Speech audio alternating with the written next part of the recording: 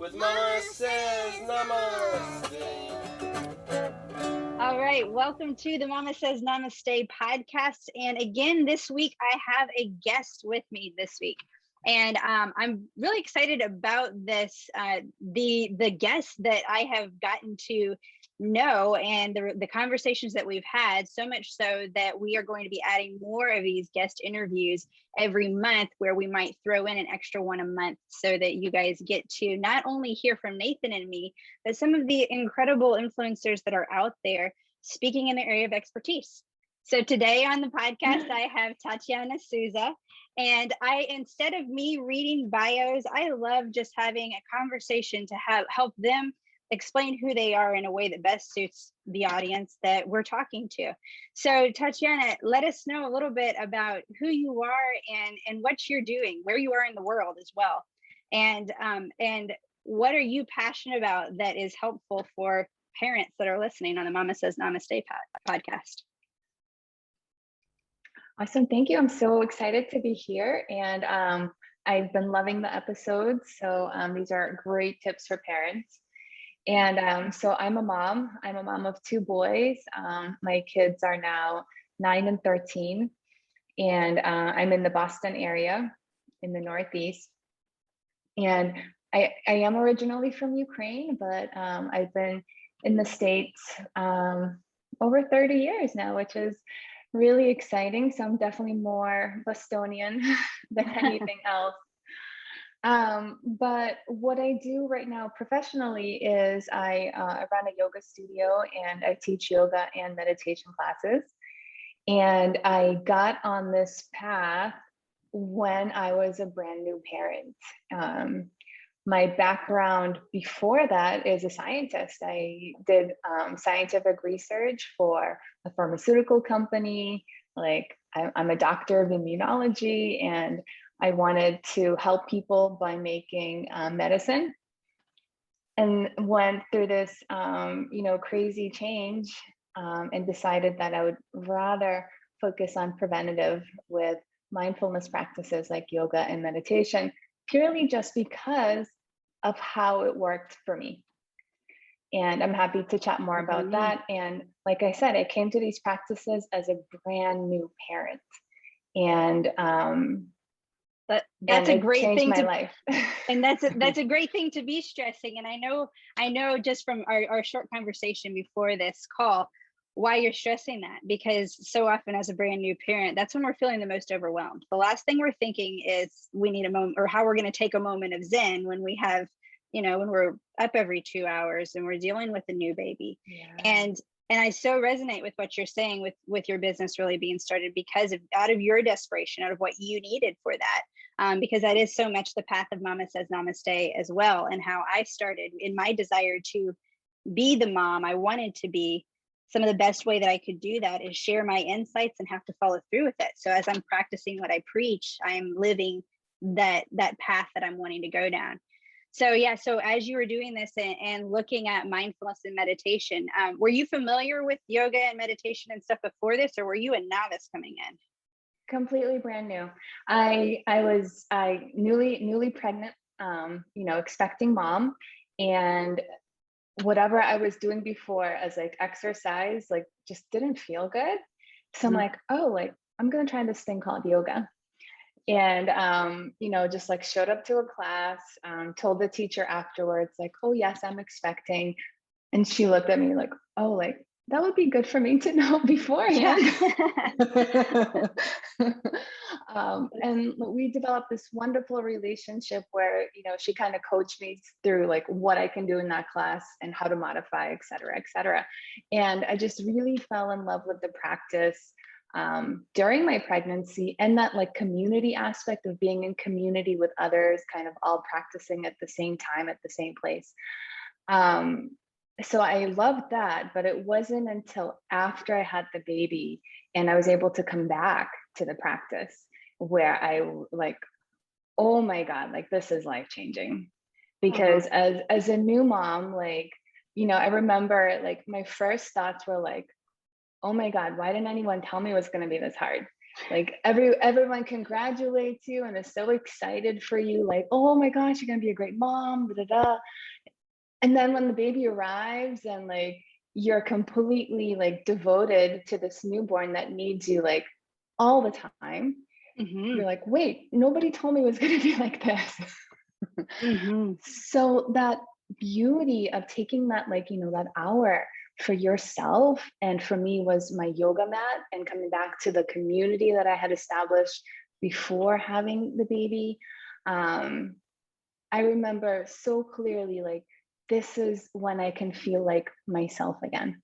Like, this is just me. I'm not somebody else's mom. I'm just me. And that was so powerful. And, as a new parent, like, you're up all night, right? The baby depends on you for food. And it's like, it never ends, right? But you take Uh-huh. that 30 minutes or an hour, if you can have that hour, and where you're just devoting to that time for you, it's a game changer.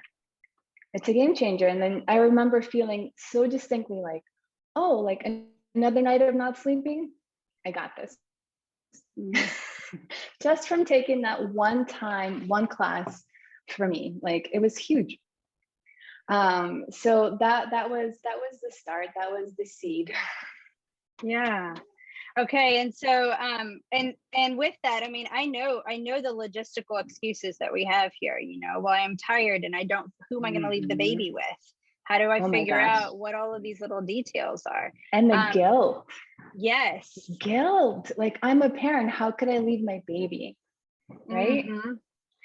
And the big thing I've told clients myself too is, I mean, you've got to also think about what quality of mom you are, what quality of dad you are when you're showing up for your child so depleted because you have not refueled your resources. Yeah. And especially for new moms, I mean, I've had, flat out come to Jesus, you are a danger hazard on the road because of your sleep deprivation.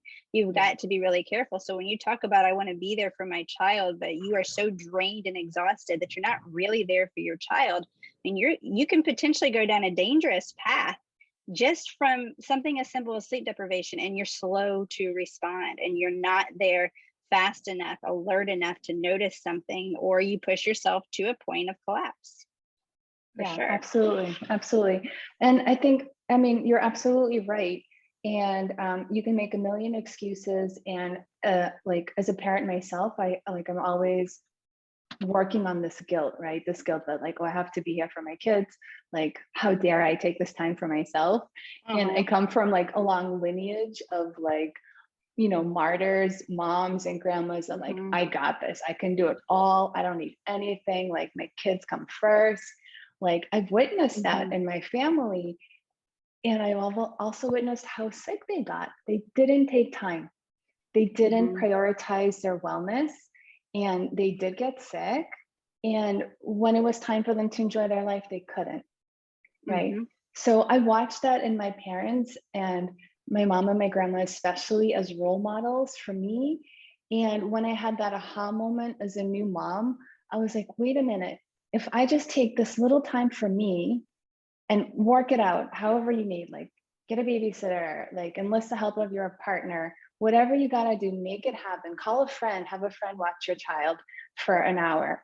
I just realized I was such a better version of myself after that I was being the parent that I wanted to be, not the parent who is sleep deprived and stressed and has no patience.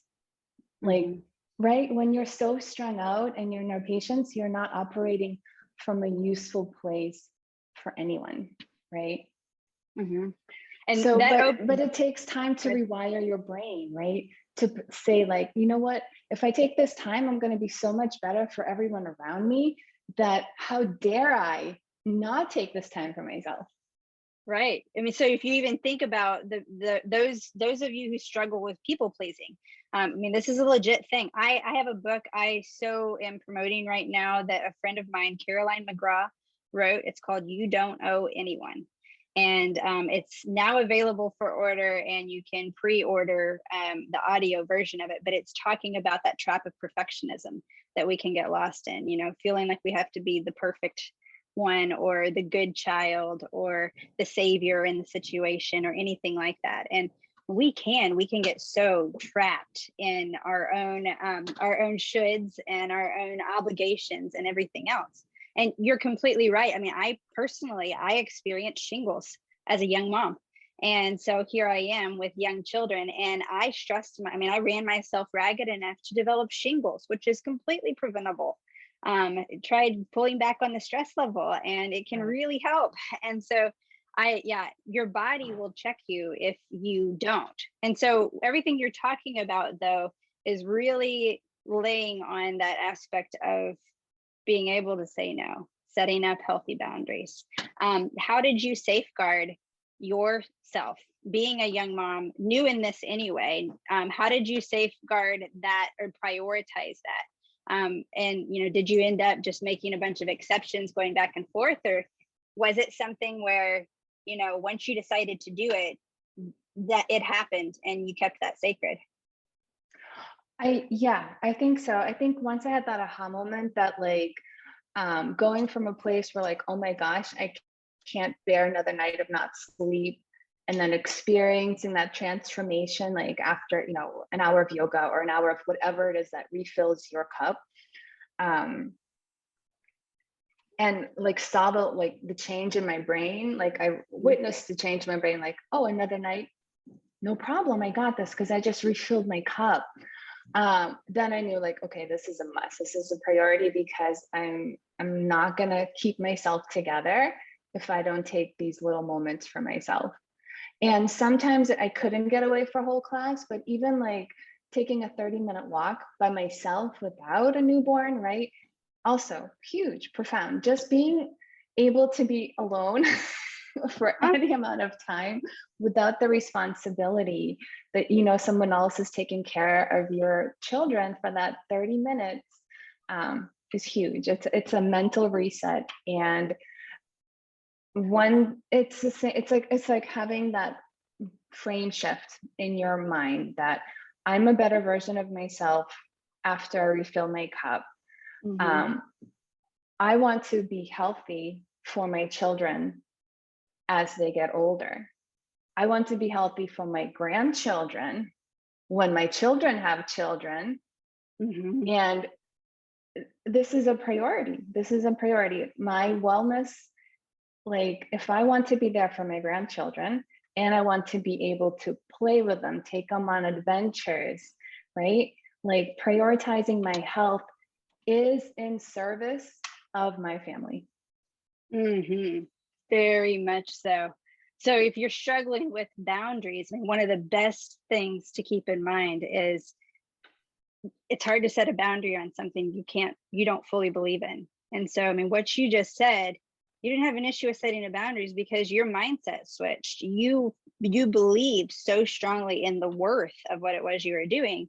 It was easy to lay down a boundary around that because you recognized how much a biggie is recognizing your impact. When you recognize that you are making an impact on others, especially your family, and that can be positive or negative, especially based on how drained or fueled up you are, then you can prioritize it in a whole other way. So where it's a no-brainer that I'm going to go take a nap because I have to do this because I need to be super alert to cheer my kids on at a soccer game, anything. And so when you can really go to the deeper why as to why that boundary is needed and how it will make you a better person, then it's a lot easier to stand strong in that, for sure. Absolutely. Yeah. And my other thought is that no one is going to serve you up free time on a platter. Oh, I love that. No one's going to serve you up free time on a platter. It is so true. We all have the same hours in the day. What are we prioritizing? Yep. No one's going to come around. Oh, you should go take 2 hours off right now. Yeah. I remember one of my non-parent friends actually calling me up when I was a new mom and she had taken a sick day just because she didn't feel like going into work. And I was like, oh, how dare you? Not right now. I have this 24/7 and I don't have a break. I didn't see a break. I didn't see that opportunity at that moment. And I remember feeling that resentment because, yeah, as a parent, we are parents 24/7, and we're parents even when our kids aren't around us. Knowing that, it's even that much more important. I mean, you've got, parts of your heart going all over the place. And so we want to make sure that we can keep that super focused and keep that, keep our goals in mind when we're kind of getting to that deeper why of what is our impact and how are we going to create a ripple effect beyond us, for sure. Yeah. So once you realize no one's gonna give it to you, it doesn't come like just out of the blue. Like you have to create it. You have to make a way for it. You have to create it. And like you said, you have to prioritize it. And knowing the bigger why is this important? And I think after a while though, like your loved ones will see the benefit of it. After a while, they'll be like, oh yeah, you should go to yoga.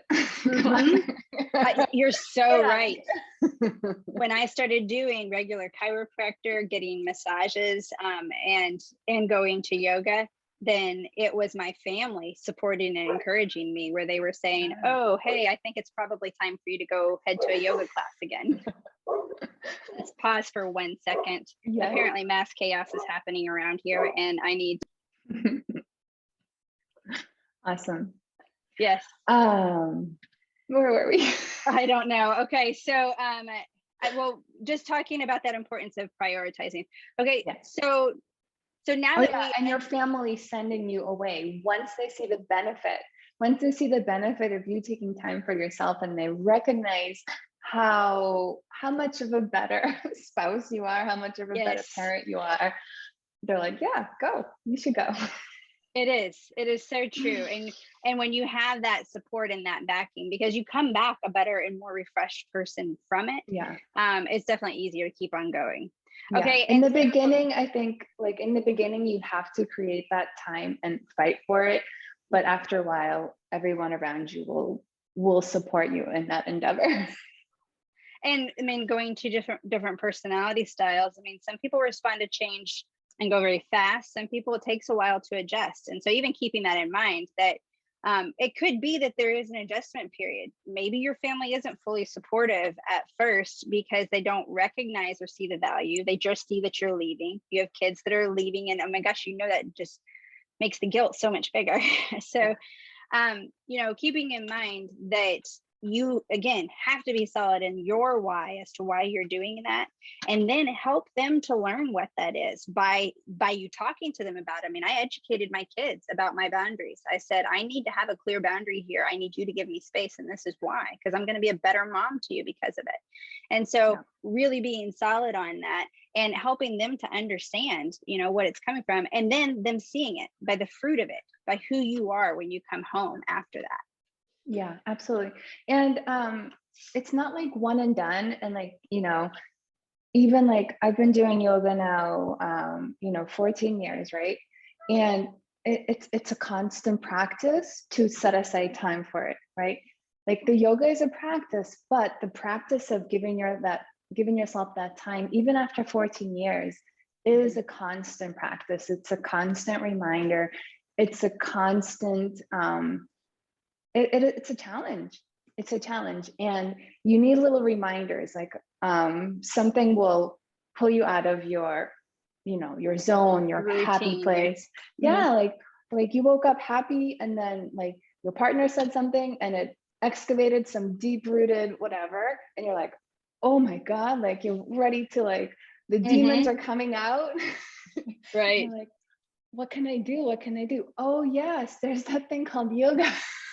There you go. Get yourself to your mat. And that 30 minutes, 40 minutes, you're like, oh yeah, like that was nothing. Like, what am I getting all mad about? My husband poo-pooed yoga when we first got married, or when we were dating. I guess it was actually when we were dating. He had never done yoga. He thought it was a joke, and I was very big into it. And so, of course, in the dating process, I invited him to yoga, and he started to learn how to do it. And boy, he took it over way more than I did. I had more times that I would kind of drop off, and he has consistently done it and worked on stretching and yoga every single day. And as somebody who has talked about his struggles with anxiety, how much it has helped him and his more calm approach. I mean, he is we joke about how he's Zen master in his, now in his 40s, as opposed to how wound up we both were in our 20s. Yeah. So I can relate 100%. Yeah. So what are some, of course, we've got yoga, and but you also talk about mindfulness and things like that. I mean, we don't always have the opportunity to go off I did want to say one thing before I went too far with this. With what you just said, you said it's a challenge and it's a struggle and it's 14 years. That does not mean, and I want to just clarify that before we move forward, because I recognize what you're saying there. And it is not that you have just chosen to go and do grueling work for 14 years that is tedious to get through. It's more the fact that we're humans, and you're right, things will throw a curveball.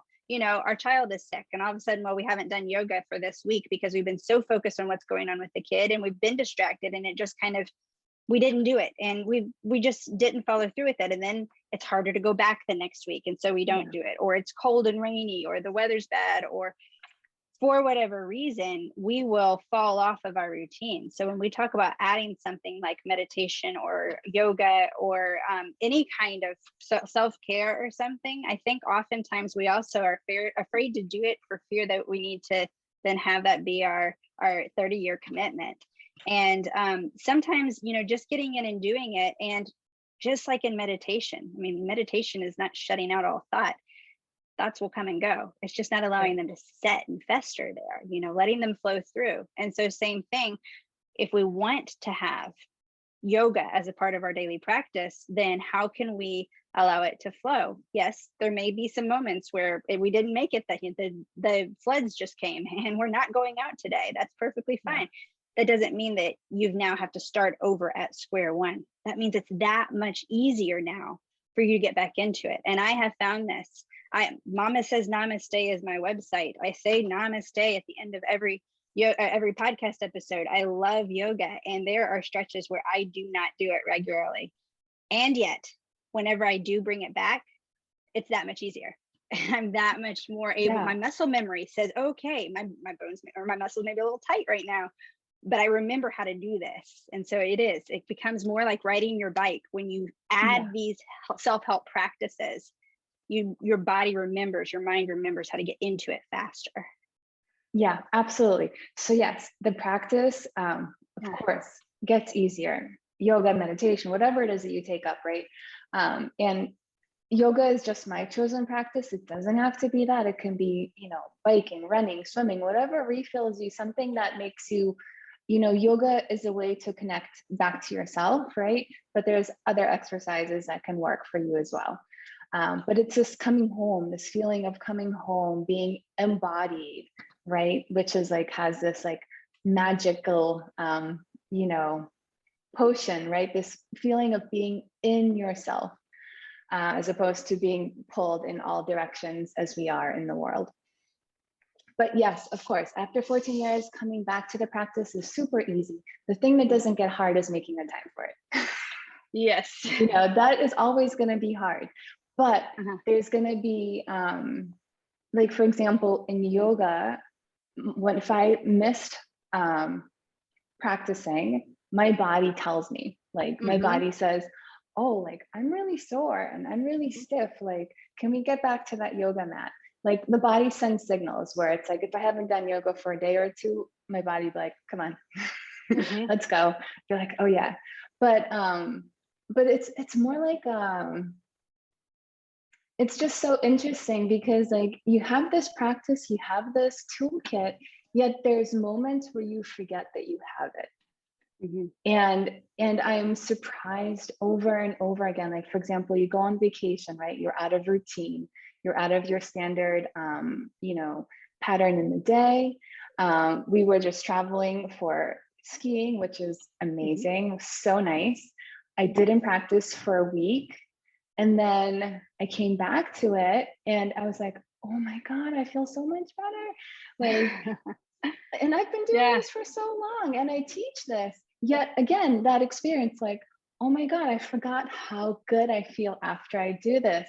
And and I'm with my family, and all of a sudden they're not like annoying me again. Right. You know, and you love your family, yet of course you get annoyed. And all of a sudden you're like, oh my gosh, I can't wait to go play another board game. Uh-huh. Yeah. Oh yeah. Yeah. Once you do it, you get, it's just like riding a bike. Don't be afraid to get back on. Even if you might be a little slow at first, you can get back into it. Okay, so you talked about beyond yoga. So we have other opportunities beyond yoga. And it's not just, go and get involved in an extracurricular sport that's going to demand you show up for practices and do a whole bunch of obligatory things that are stressing you out and not adding to this embodiment. So when you talk about, I mean, what are some other examples of things that parents can do, maybe some that are even short, that they don't have an excuse to say, I don't have the time for, something that doesn't require anything. How can we help to become more embodied in who we are when we have these little bodies pulling at us constantly? I know. So, I mean, gosh, there's so many things. The most important thing is that you have that experience where you're embodied and you're out of your mental chatter. You need to look for an activity where the brain can focus on another task and it doesn't have an opportunity to do its regular churning, right? Because you want that piece of clarity, you want the brain to kind of shut out the monologue that's on repeat and focus it on something else. So in the yoga practice, just like with any mindfulness practice, you're focusing on the physical postures, but they're complicated enough. And if they're taught well enough, your brain can't focus on anything else. Otherwise you're gonna fall over. If you're doing a breath-based flow, you're linking the breath to the movement, and that kind of, for me, that gets me into a flow. And as artists, as athletes, there is this flow state where you're just totally embodied, you're in the movement, you're in the moment of what you're doing, and everything else is just gone up to the side. So that can be a sport, that can be any sport. It can be a walk in nature. It can be like sometimes just sitting with a book and a cup of tea is also amazing. Finding like a quiet corner, or if it's nice outside, sitting outside on a bench, just having that quiet time where you can shut the brain off and focus on something else. But the key signs is after you do that activity, you feel replenished. You feel like you're literally someone has refilled your cup. Your cup may have been empty, but after that activity, whatever that activity is, you feel replenished and you feel lighter. And of course, yoga, meditation, breath work, those are great examples. But I know some people love running, some people love hiking, some people love biking. And, therapists always recommend spending time outside because just being in nature is very replenishing. So those are some ideas. Yeah, I mean, a biggie for me, especially if I'm sitting at a computer all day, being inside working, just simply going outside and taking my shoes off and grounding myself to the earth is such a reset for me and such an opportunity for me to get there. And I have to say, with what you're saying and where you were talking about how it's getting into that zone, when you do it and when you've done it, you know what we're talking about and you know how to get there. And if you don't, having a guided meditation as a first step, or a yoga practice where you're going and you're following. I mean, even if you do a YouTube yoga video, I mean, there's so many that are out there that are great resources. I think you have some videos online as well, correct? Absolutely, so we have a lot of resources, and I want you to share even about what you have for that. And so there are a lot of ones where you don't have to do it all on your own. And when you can get somebody that can kind of guide you through, sometimes that is your first step in helping to kind of lose yourself in it. I know for me, I'm a highly driven person. My mind is constantly going busy. And so I had to get into guided meditation in order to meditate, because I had to start with being distracted on what they were saying and trying to flow with the breath and getting those reminders in order to help me even figure out how to program my mind to go there. and not just sit there and check off my to-dos.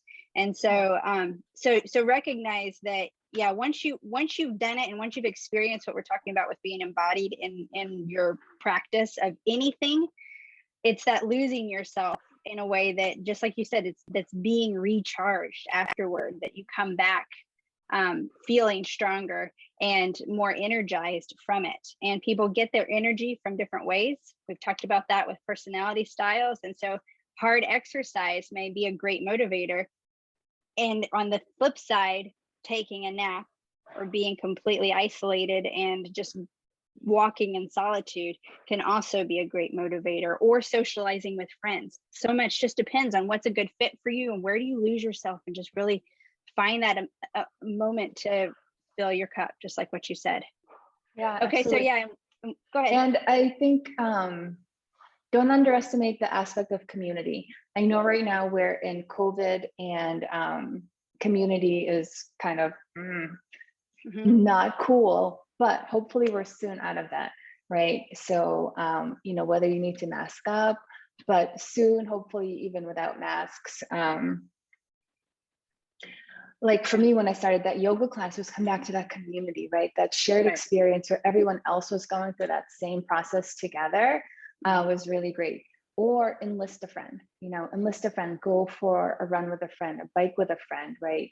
Not only is it more fun, but also like you get that shared community connection, because community supports you, friends support you, and it's a really great motivator, and you can't talk yourself out of it. Right? It's the accountability that we oftentimes need. I know I'm way more likely to go for a run if I've got a friend waiting for me than if it's just me and I can make an exception. I can disappoint myself and do rain checks for myself over and over again, but I don't want to do that to a friend. Yeah. Oh, isn't that funny? Very much so. So, so what resources do you offer? I know you have your studio right there. I mean, so you have in person, but you also have some virtual options as well. Is that correct? Yeah. Due to the pandemic, we were forced to go online. And it's actually something I wanted to do for a long time. It's not how I wished for it to happen. I must have asked for it completely incorrectly. So, but yeah, lo and behold, we're online. It's coolidgeyoga.com. We have lots of options from like yoga nidra, which is like a 30-minute completely guided relaxation meditation, to 60-minute powerful vinyasa flows. So there's the gamut there, and everything is guided, everything is instructed. And online, like we've experimented with different times, and really 30 minutes is enough, which is amazing. Like I always used to practice 90 minutes and thought that's it, 90 minutes, no, nothing else. But I've been doing 30-minute classes and they're great. And I feel just as refilled, and it's totally enough, which is amazing. So 30 minutes is all you need for like a total recharge and reset, which is nothing. Yeah. Right. Right. I mean, those, and just thinking, and of course we can always justify by compare it to TV. I mean, how often do we sit?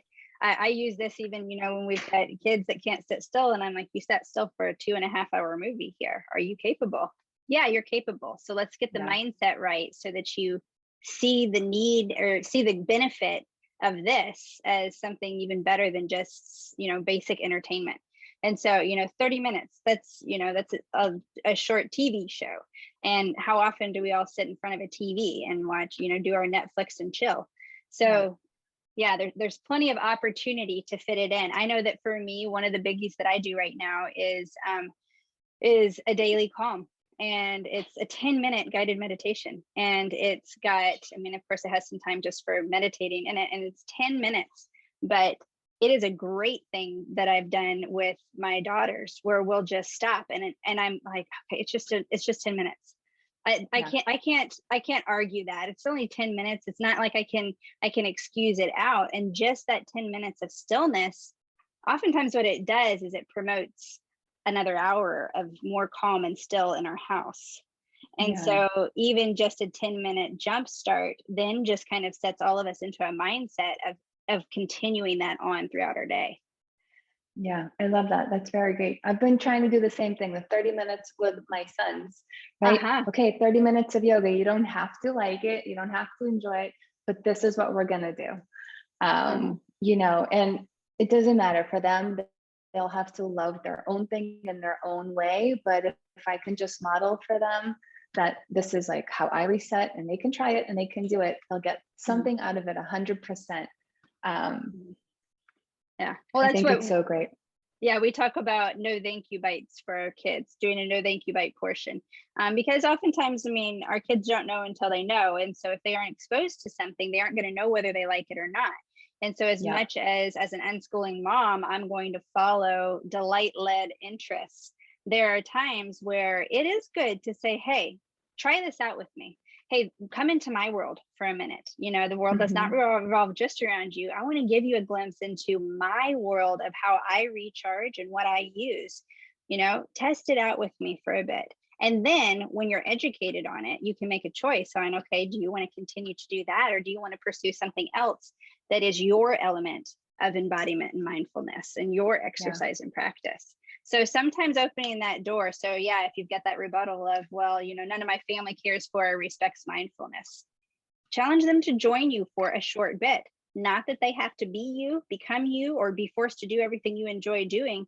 But again, if they've never tried it, don't knock it till you try it. You can't sit there and say that that it's not working or it's not helpful or not beneficial if you have not actually given it that opportunity to experience it yourself. Yeah, absolutely. And that whole being like the role model is huge, right? That was one of the main drivers where I like switched careers, because I wanted to showcase to the boys, like, you can do anything, right? Even though like I had this whole career set laid out for me, like from high school on, I was on this path. It's okay. And what's most important is that you're happy. And so I wanted to demonstrate to them, but also like keep showing them that it's important to take care of your health and wellness, and it's okay to have time for a reset. Like, you can't force them to do anything, but you can just role model with your examples of, and like, just imagine what you would want them to do as they're adults, right? Regardless of whether you mean to or not, you are your child's first teacher. So you might as well get intentional with it. Recognize they're watching you anyway. So what are they watching?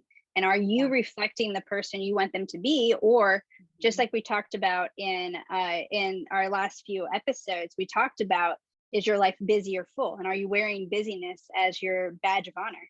You know, is that what you want? Is that the legacy you want to pass on to your children? Or referring back to the series that we just did on the birds and the bees, and understanding what your sexual legacy is. If you're not able to sit with who you are, if you don't want to experience anything within your own body, that's the example you're also passing on to your children. So I mean, there is so much value in you recognizing who you are and the beauty you are. That beauty is part of what brought the child into this world. And I'm saying bloodline or not, I mean, even an adopted child, the beauty of who you are is why this child is with you right now. So when you choose to be a parent, I mean, you have eyes looking to you as the example of a way to live. And you are oftentimes that child's first comfort. And so who are they going to look as that top example for the way to live? What's the most comfortable? Pay attention to what you leave there and what legacy you leave. Absolutely. 100%. Couldn't agree more. Oh man, yeah, we both definitely can both get on our soapboxes about the same things that we are passionate about. And I hope that, you know, those of you listening can attest to the ease in our voice, the smiles on our faces on the video session that you can see over on YouTube, that we're not just forcing this, and we're not just adding these things in mindfulness and meditation because this is the cool thing on the bandwagon, or this is something that everybody should do. Try it and see, when you take that opportunity, and that's our challenge this week, when you take that opportunity, how does that not just impact you, but impact the whole energy in your family? Yeah. And then once you see the positive effects, it's a positive reinforcement cycle. It's going to feed itself. Definitely. Yeah. Okay, any last words of wisdom for our crew today? And best places to find you. I'm assuming just Coolidge Yoga. So CoolidgeYoga.com, check it out. If you're resonating with any of this, yeah. And the one final tip, sometimes this might be helpful, not for everyone, but sometimes if you don't know when to do your self-care, do it first thing in the morning. Mm-hmm. Then there's no other throwing it excuse. out there. There's no other excuse. You get it done and the whole day flows so much better. And if your day in the morning starts out in reaction mode, maybe we need a reminder as to how we start out our day to begin with. So maybe set that alarm a little bit sooner and do that self-care. Yeah, you're right. If I don't maybe get everyone fed, it's too easy to let everything flow past. It's true. Or just get everyone fed, because maybe that's a priority. Get everyone fed, and then boom, take that time, and then the rest of the day is better. Yes. Yeah. All right. Those first few hours of our day sets the rudder for the path the rest of our day will go. So when we start our mornings in reaction and are going forward in chaos and reaction mode, that's typically what we're going to end up setting the rudder for the day. And so that those first hours are such a great time for intentionality and mindfulness, and are the reason why me as a night owl ended up shifting my whole schedule. So I shifted from being a night owl to Nathan already being an early bird anyway. We started waking up at 5:30 in the morning, which of course I thought was just an ungodly time. It was amazing how much it shifted. And here I was thinking I would never want to do that. I did not want to do morning time. And what I found is, even with my love of nighttime, and I still can stay up a lot later than Nathan can. When I wake up at the crack of dawn in the morning and I bring in the day, how much more in control of the day I feel, how much more energized and refreshed and ready to tackle things by the time the kids are up and at them. I've had that opportunity to have that downtime without kids in the beginning, and recognizing that life is going to throw you seasons. So those parents of brand new infants, they're not infants forever. And one day they will actually go to the bathroom and the toilet on their own. Those are some big things, and every milestone is a new season of life that you guys are in. And, I'm celebrating the golden years of childhood right now, where I have children all, independent enough to, wipe their own butts and make their own food, and young enough to still run up and cuddle with me and fall asleep in my arms and call me mommy. And it's a beautiful, beautiful stage. So recognize that, if you're in a season of stress, of overwhelm, it's a season. There are still mindfulness opportunities for you, even if it's just starting with 10 minutes a day and seeing how much that opens the door and then becomes your 30 minutes of consistency. And even beyond that, how it sets the routine for your day. And recognizing that, yes, as you understand better who you are in this process and really connect with yourself and your strengths and what triggers you and how you are motivated, you are better able to come full and energized for your family.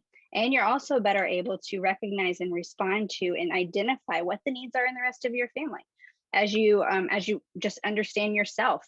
It's amazing how eye-opening it can be in your level of awareness for others as well. And you can see how the uniqueness in each of us strengthens all of us. Thank you so much for being on with me today, Tatyana.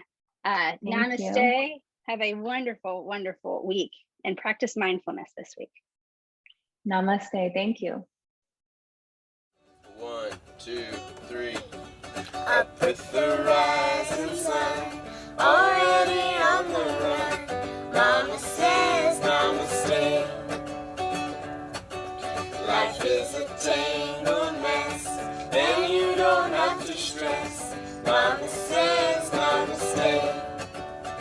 'Cause today I will stand up and be all the change that I want to see in this world. Boys and girls, you gotta have to stand up to be free. Namaste in your home. Take a deep breath in and let's start a brand new day. With Mama says namaste.